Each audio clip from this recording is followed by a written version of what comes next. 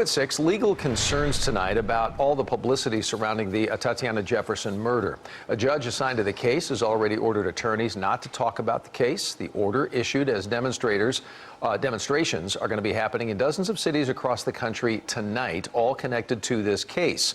Organizers are calling it a day of outrage. Jason Allen live this evening, where one of those events is happening at the Justice Center in downtown Fort Worth. Jason? Doug, there are several dozen people here. They're all gathering on the steps of the courthouse here in Fort Worth. They are not just demonstrating over the Atatiana Jefferson murder, which you mentioned, but they are also using this to draw attention to overall police interactions with African-American women. Larger, it does not get attention, it's swept under the rug, and so this is just not a one-time case. This has been going on, and now there's a voice for it, and that's what we're doing tonight.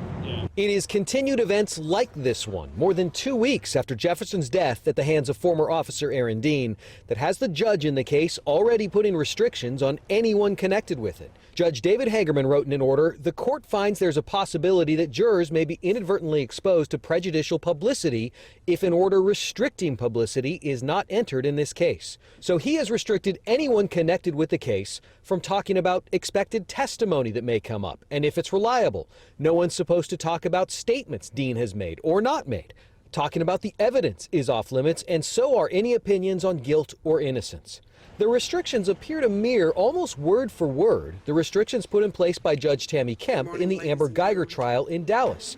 Except for this line, it appears Judge Hagerman added, quote, "This order also applies to any lawyer who represents any witness or family member of the victim or the defendant."